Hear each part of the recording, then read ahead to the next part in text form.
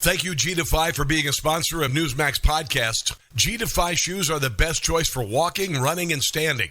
If you spend a lot of time on your feet, these are the shoes for you. G-Defy's patented Verso Shock technology aligns your posture and perfects your gait. Go to gdefy.com and use the code MAX for $30 off on orders of $130 or more. Hello and welcome to your Newsmax Daily for Tuesday, July 16th, 2024, World Snake Day, which goes well, I guess, with the whole political theme here. The third of 5 Tuesdays this month as we cruise on through July, day 2 of the Republican National Convention in Milwaukee. Today's theme is Make America Safe Again. Several very prominent Republican lawmakers will be speaking today, highlighted by Trump's challenger in the primary and former U.S. Ambassador Nikki Haley, who Trump nicknamed Bird Brain and who was initially not going to attend the convention, but that all changed after Saturday's shooting at Trump's rally. Should be very interesting. The former president made his first public appearance since Saturday's shooting at the convention last night with a bandage on his right ear. He officially became the Republican nominee for president after his son Eric made the announcement, the delegate announcement, that officially put his father over the top. Madam Secretary and everybody in this great city,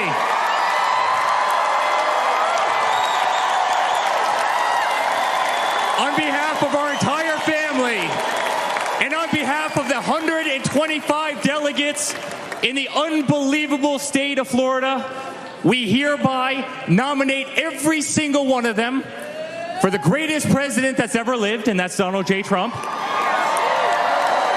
hereby declaring him the Republican nominee for President of the United States of America.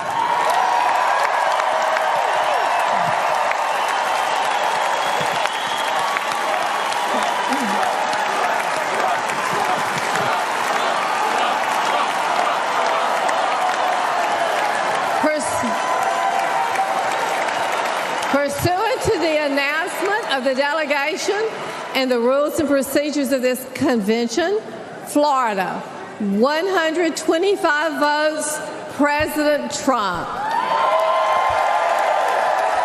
Next up was the nomination of Ohio Senator J.D. Vance as the vice presidential nominee, which Trump actually announced on Truth Social just prior to the convention announcement. He would have announced it at the rally on Saturday if it were not for the shooting. Back on Friday, I said Western Pennsylvania is right next to Ohio, where J.D. Vance is from.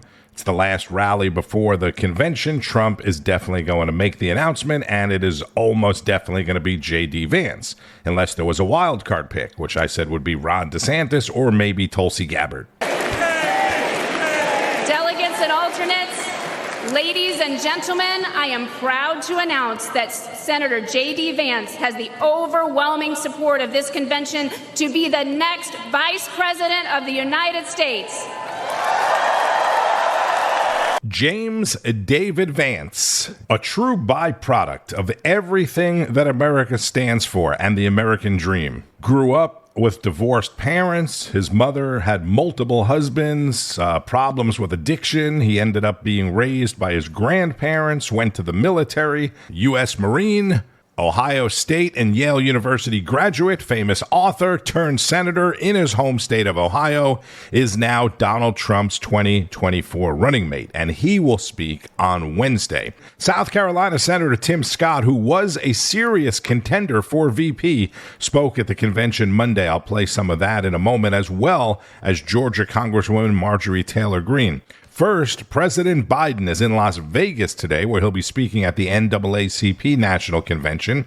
He will also sit down for an interview with BET Network after his interview last night with NBC's Lester Holt. Not quite as hard-hitting or as timely as the George Stephanopoulos interview, but speaking of NBC, Morning Schmo was back on the air this morning. Yesterday, NBC apparently decided they didn't want any of the Trump haters on that show to say anything stupid after the shooting, like the woman who worked for Mississippi Representative Benny Thompson. So they put Morning Schmo on hiatus for the day as a safety measure. Anyway, Lester Holt asked President Biden about the assassination attempt of Donald Trump and his controversial bullseye comment that he's been getting a lot of heat over. I'm not the guy that said, I want to be a dictator on day one. I'm not the guy that refused to accept the outcome of the election. All right. So I guess the the ceasefire on inflammatory things like dictator and destroying democracy was for 24 hours. And I didn't see the interview, but I've listened to a lot of clips of it. It was a lot of the same old talking points. Biden was asked about J.D. Vance when he landed in Las Vegas. He's a clone of Trump on the issues. He's a clone of Trump on the issues. Vice President Harris actually called Vance to congratulate him. Social media immediately blew up with, I can't wait until the vice presidential debate, right? Vance didn't answer the phone, but the vice president left a message, and J.D. Vance said he plans on returning her call. Back to Monday. This is South Carolina Senator Tim Scott at the Republican National Convention. Wow.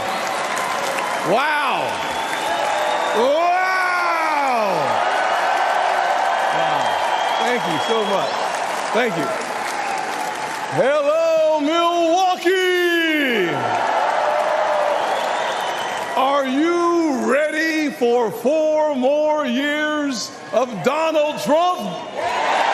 Oh, me too. Listen, if you didn't believe in miracles before Saturday, you better be believing right now. Thank God Almighty that we live in a country that still believes in the King of Kings and the Lord of Lords, the Alpha and the Omega. And our God still saves, he still delivers, and he still sets free. Because on Saturday, the devil came to Pennsylvania holding a rifle, but an American lion got back up on his feet and he roared. Oh yeah, he roared.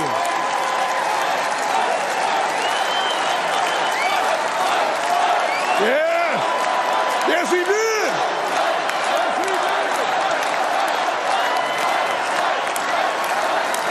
You see, America, this is a difficult time for our nation. Inflation is crushing families. Illegal immigration is crushing American workers. Failing schools and victimhood culture are crushing our poorest kids. And the weakness of the commander-in-chief has invited world wars all around our world. Joe Biden is asleep at the wheel, and we're headed over a cliff. We hear despair in the voices of a millennial couple raising 2 kids in a 1-bedroom apartment because they can't afford a house. We see pain on the faces of Gold Star parents because their commander-in-chief, Joe Biden, literally forgets their son died in uniform on his watch. America, we deserve better.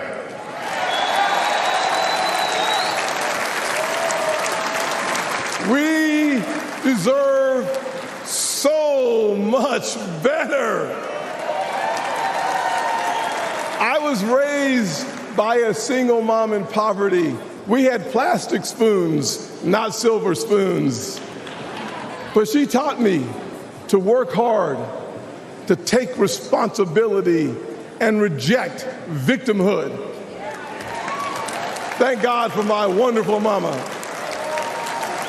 I know this is going to offend the liberal elites. Every time I say it, it offends them. But let me say it one more time. America is not a racist country.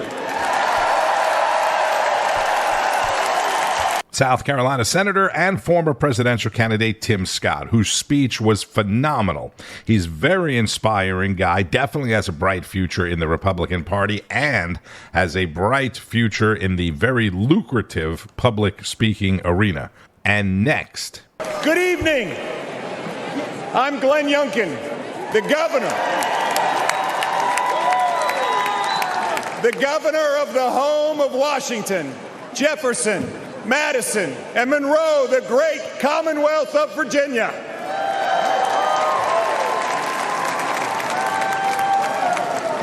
Tonight, we stop for a moment. We ask for God's grace to be on innocent victims. We ask him to be with their families. We thank him for this moment of unity. And we thank him for protecting our next president, Donald J. Trump.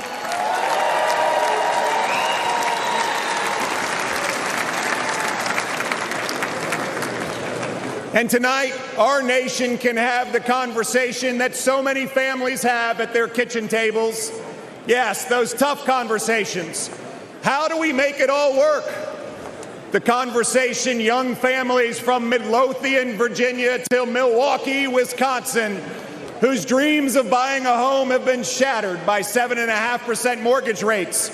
The veterans from Fredericksburg, Virginia, to Phoenix, Arizona, whose raises can't keep up with 30% increases in grocery prices and 40% increases in gas. The retirees from Roanoke, Virginia to Reno, Nevada, whose fixed income has been crushed by the silent thief of inflation unleashed by Joe Biden and Kamala Harris. Tonight, America, the land of opportunity, just doesn't feel like that anymore. But 8 years ago, there was an outsider, a businessman, who stepped out of his career to rebuild a great nation with the strongest economy, the mightiest military, energy independence, unlimited opportunity, lifting up every American. That outsider businessman was Donald J. Trump, and he will do it again. Virginia Governor Glenn Youngkin, who some said was high up on Trump's VP list as well. I mentioned Georgia Congresswoman Marjorie Taylor Greene a moment ago. If you heard yesterday's Newsmax Daily, then you know that I really liked MGT's message. Unfortunately, this is also a somber moment for our nation. 2 days ago, evil came for the man we admire and love so much. I thank God that his hand was on President Trump.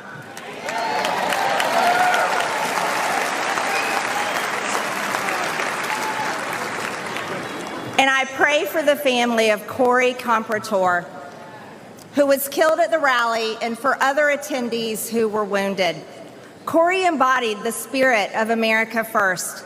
He displayed the ultimate show of love when he shielded his wife and daughter, sacrificing his own life. He reminded America of what we must be, a people who will do whatever it takes to defend the people and the nation that we love.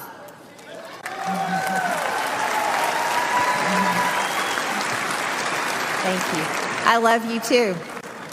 We will honor Corey's memory by building the country he wanted, the country he wanted for his children, and a government worthy of the American people. For far too long, the establishment in Washington has sold us out.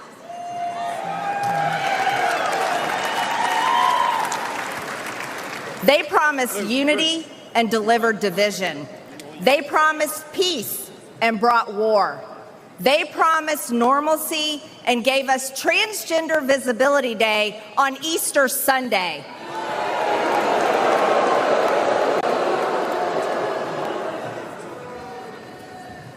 And let me state this clearly. There are only two genders.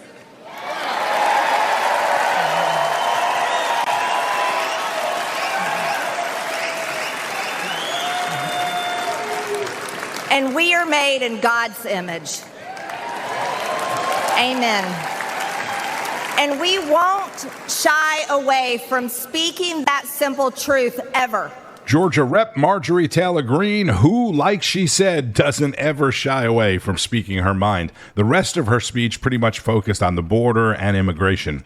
Greta Van Susteren is at the convention this week, as are many other Newsmax hosts, and she sat down with Louisiana Senator John Kennedy to discuss the dismissal of Donald Trump's classified documents case, which happened yesterday as well.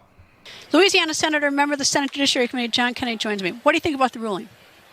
I've read about 40% of it. It's a very thoughtful opinion. I mean, basically, Judge Cannon said, look, what the Attorney General did in appointing Mr. Smith violates Article 1, the Appropriations Clause, Article 2, the Appointments Clause.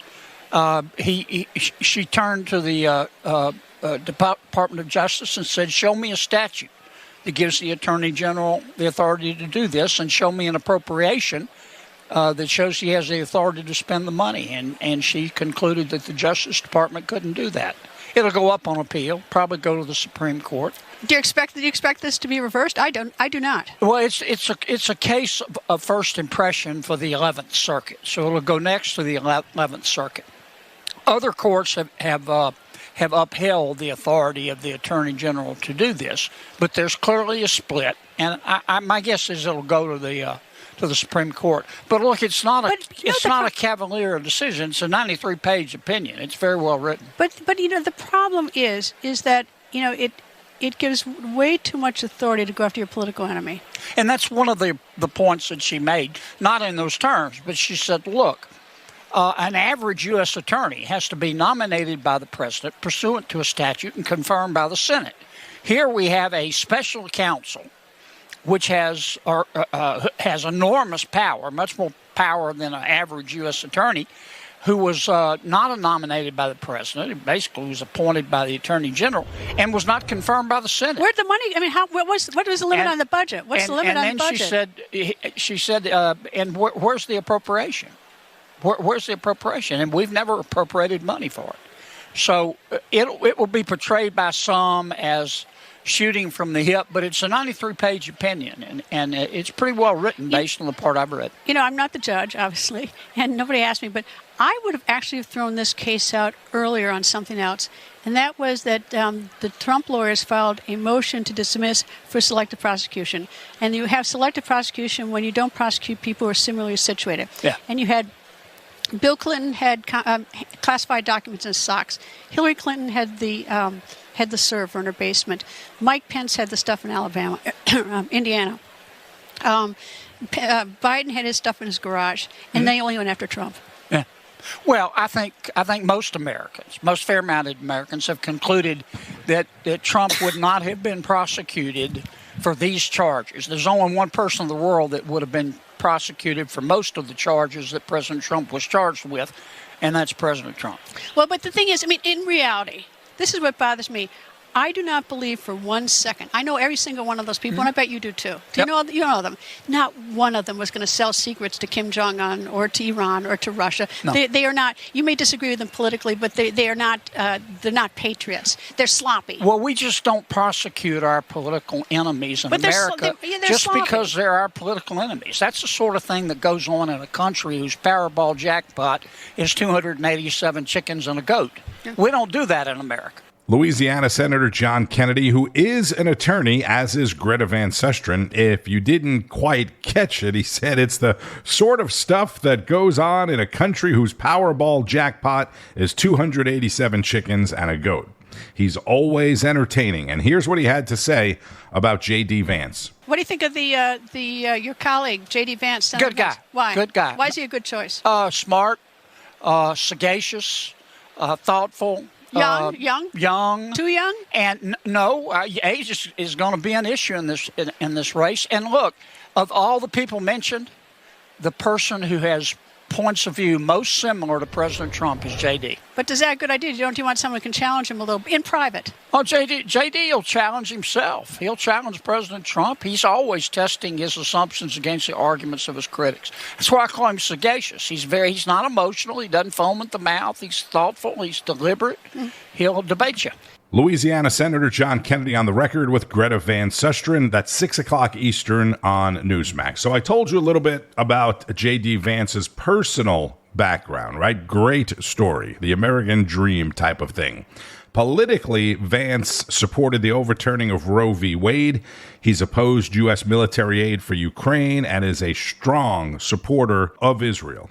And oh yeah, in 2016, he was actually critical of Donald Trump in a well-known piece that he wrote for The Atlantic, which is about to get a lot more well-known because from this day forward, you'll be hearing a lot about that from the left. The other big story, the FBI and other federal, state, and local agencies, of course, continuing their investigation into the man that tried to assassinate President Trump and into the Secret Service and other law enforcement agencies that somehow allowed the shooter to get on top of that building some 150 yards away from the former president. If you were paying close attention on Saturday, you already knew this, but snipers, well, at least you knew that there were police inside the building, or reportedly there were police inside the building that the shooter had climbed on top of. Well, that has all been confirmed now. Snipers were stationed inside the building while this guy climbed up on the roof. An anonymous source told CNN that the local sniper team was from the Butler County Emergency Services Unit. Secret Service Director Kimberly Cheadle said she takes full responsibility for any miscommunications or failures that took place that day, but that she will not resign. I'll tell you who should resign, shifting gears here, or should be fired. Whoever is responsible for signing up the girl that performed last night's horrendous rendition of the national anthem at the MLB Home Run Derby. This is trending massively today. And I'm not going to play it. I don't want to pile on the girl any more than she's already getting piled on, but it was the worst that I've heard. You have to Google it or find it on YouTube, Instagram, whatever, and listen to it for yourself. Tonight, by the way, is the Major League Baseball All-Star Game. If you're into that, and a lot of attention is most likely going to be paid on the Star-Spangled Banner. All right, keep up with all of the news and get full coverage of the RNC on Newsmax, Newsmax.com, and make sure you have the Newsmax app, which allows you to watch and listen from anywhere. It's available in the App Store and on Google Play, and make sure you're signed up for Newsmax Plus, so you can see all of your favorite shows and hosts with fantastic expert analysis from people like Governor Mike Huckabee, former acting Attorney General Matthew Whitaker, Alan Dershowitz, Judge Napolitano, Mark Halpern, and much, much more. NewsmaxPlus.com. I'm Tony Marino. Thank you, as always, for listening to the Newsmax Daily Podcast. I appreciate it. Enjoy the rest of your day. Be safe and keep on fighting the good fight. News breaks every minute, every day. You need the app, the Newsmax app. Find it free on your smartphone store. Then watch us anytime, anywhere. It's our America. We conquered it. We built it. Great values like honesty and fairness. Great courage. A great nation needs a free press. Newsmax is it. 30 million Americans regularly go to Newsmax when they really need to know. They watch Newsmax TV at home. On the free Newsmax app, they go to Newsmax.com. Start today. Newsmax is real news for real people.